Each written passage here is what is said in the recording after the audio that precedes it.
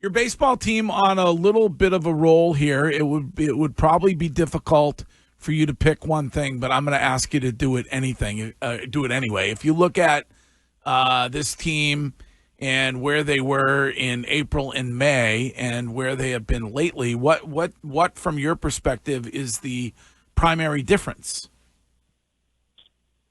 Yeah, so I will try to narrow this answer down and respect the question, but there are definitely contributions being made up and down the roster. But I think the thing that you would point to is pitching. I think we've gotten consistent starting pitching from Garrett and Brian and Lucas, and maybe some inconsistency at the back of the rotation. But those three guys have been really good for a while, and then the bullpen has settled down, and we're winning games that we're supposed to win. We look back and think about the one-run losses and giving up leads late, and then now with Chapman and Whitlock and the way Wilson and Weissert and Bernie and Matt has fit into the mix, we feel a lot better about being able to hold down leads late.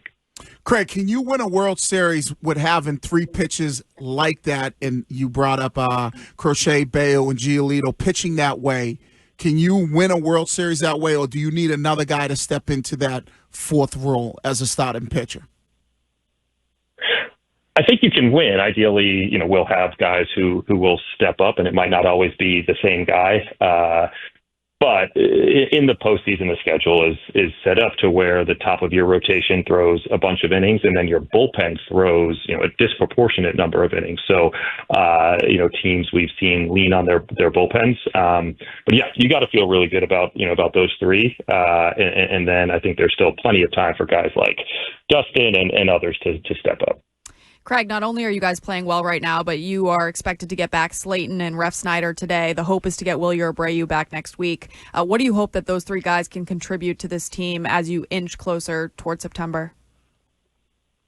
Yeah, we've seen what each of those guys is capable of. Ref as a veteran professional at bat and someone who feasts off left-handed pitching, which is an incredibly valuable role on this team. Abreu's been an everyday guy who brings great defense and 25, 30 home run potential to the middle of the lineup. And then in Slayton, we have a guy who's been a dominant setup man at times, but has struggled to stay on the field, and his ability to maybe take some of the workload away from guys like Whitlock, Chapman, Wilson, Matz, and others, I think will be really welcome. But we also have to be smart about, kind of easing him into both workload and leverage, and we'll make sure that we do that. Craig, do you anticipate, or have you been told whether or not Bregman will opt out of his contract at the conclusion of this season? No, that's that those conversations will happen in due time. But right now, everybody is focused on what's happening on the field, and every time I have a chance to talk about Alex, I will take that as an opportunity to point out just how impactful he's been on the group, both in the clubhouse and on the field, and on me, in helping me see things and think about things that I maybe otherwise hadn't. So nothing but the highest praise for Alex and his contributions to this team. Yeah, we were talking earlier this week about Lucas Giolito saying that Bregman had identified that he was tipping his change up. I mean, it seems like a guy who is, it's been said a bunch, but is basically an additional coach for this baseball team. Yeah, and there are probably 3 or 4 guys on every team that people are effusive about and talk about how this guy is a baseball person through and through and sees the game uniquely and adds to the culture. And but then there's Alex, who I think has maybe set himself apart from others in that he's been more than advertised, and he came in with this stellar reputation of being a great teammate and helping others. But the way that he's impacted our group is truly remarkable. Craig, I know the politically correct thing to say is, yeah, we don't really schedule watch. We're kind of, focused on the here and now, and I get it. But you have to be looking at your schedule and going, okay, we're going to be taking on Pittsburgh, a team that we should be able to win that series. You look at Toronto, they're going to be playing Milwaukee. You start to look at your schedule as you move forward because it's about winning the division. You talk about it. when you start to look at your schedule versus theirs, how important is for you to win these games, especially against these teams that you're better than, so when you get to the series against Toronto in late September, you'll be in a great position to overtake them for the division? Yeah, so it's really dangerous to watch what other teams are doing, which is not to say that we don't all do it, right? But the most important game we're going to play is the one that we play today, and that's because we don't have. We can talk about the one-run losses or the games that we should have won, or that we found reasons for optimism from, but we can't go back and win those games. So every time we have a chance to win a game, we want to manage aggressively, play aggressively, construct our roster aggressively, so that we're banking these games, knowing that baseball has a ton of variance, and there are going to be times where we lose 1-0 on a fluke play after a really well played game, and we win games, and I'm sure I'm not alone. After we win a game, we look to see what other teams around us have done. But there are a lot of teams that are clustered pretty close together, and that team that we're chasing is winning a bunch of games too. Craig, when you consider that the team has the second best record in the AL, and you look back at to where you were when the Devers trade happened, I always think your position is so interesting because depending on the day, you're either going to get cheers or boos. We're guilty of doing it with you. But when you look back to that trade in particular, you had said, I think that there's a real chance at the end of the season we're looking back and we've won more games than we otherwise would have. Where do you put the credit there? Do you give yourself credit first and foremost on making that trade happen? Do you put the credit with Alex Cora on making sure all the guys are on the same page? Or do you put the credit with your players and stepping up to the bat and making sure that you guys put on a successful season after a major trade like that? Yeah, so, I know a lot has been made of that quote, and when I said it, I believed it. I still do. And that's not a criticism of any individual player so much as just thinking that this would potentially clear a path for a more functional roster and for the guys to come together. And I think anytime you look at wins and losses, you have to first give credit to the players. Those are the guys that are on the field and performing and grinding through the competition day to day. And then a ton of credit goes to the coaching staff and to Alex, because these distractions could easily take away from what we're trying to accomplish on the field, and they didn't. Every player in that clubhouse, every staff member came together, recognized that the goal hadn't changed. That was to compete for the division, to make a deep postseason run, and it's a huge credit to all of them that we are where we are today. But there's also still a lot of work left to do. Yeah, I definitely mocked that in the moment, and I was wrong. You were right, so sorry about that. I'm just curious. Obviously, you're not going to get into the negotiations or any of the public You're not going to have those conversations publicly. But just as a general rule, what's the first thing that enters your mind when you see your phone ringing and it's Scott Boras?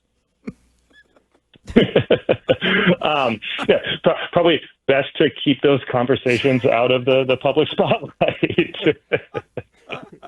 Does he have a sense of humor? He seems like a robot. But I've heard that criticism about somebody else. So you guys can do a podcast. Scott and I have these just riveting conversations, and I'm sure anyone listening would agree. Well, Craig, you talked about being aggressive, whether it's from, at-bats, the way you manage it, but in the front office. Letting a guy tag up at third base. But he also talked about being aggressive in the front office. And I know it's kind of looking down the road.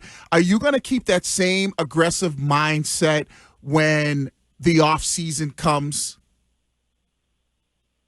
Yeah, so that is absolutely our intention. We feel like we've got a really strong core here that is entering this ability to compete, for World Series championships year after year. We have to do everything that we can to maintain that position, to continue to put a really athletic, exciting team on the field. And when I talk about being aggressive, yes, there's aggressives in terms of transactions, whether that's bringing guys in via free agency or trades, but also, just right now looking at the organization and figuring out ways to move the needle a little bit, whether that's bringing someone up, maybe it is sacrificing a bit of long-term outlook in order to win today, because this team has put themselves in a position to justify that. And so, we want to continue to find ways to push here and do everything we can to put the team in a position to win.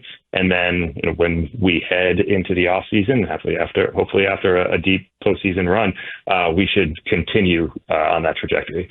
Last one from me, because it came up with Pop Douglas on the show this morning. If you could only go to one restaurant in the city of Boston, one restaurant only, what would your choice be, Craig Breslow?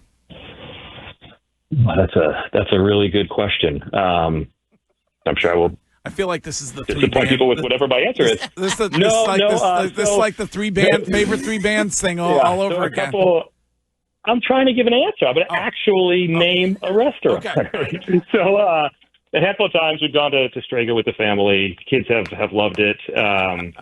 So I think that's what I would have to go. All right, Strega. That's a good one. That's the one. That is a good one. That is a great answer. Last one for me, because I need help with this, with the whole stupid stealing of the signs thing, which I think is the dumbest thing ever, with the new electronics from the catchers, shin guard to the pitchers. Is the pitcher like hearing a 1 or 2? Like, are they hearing something in their ear?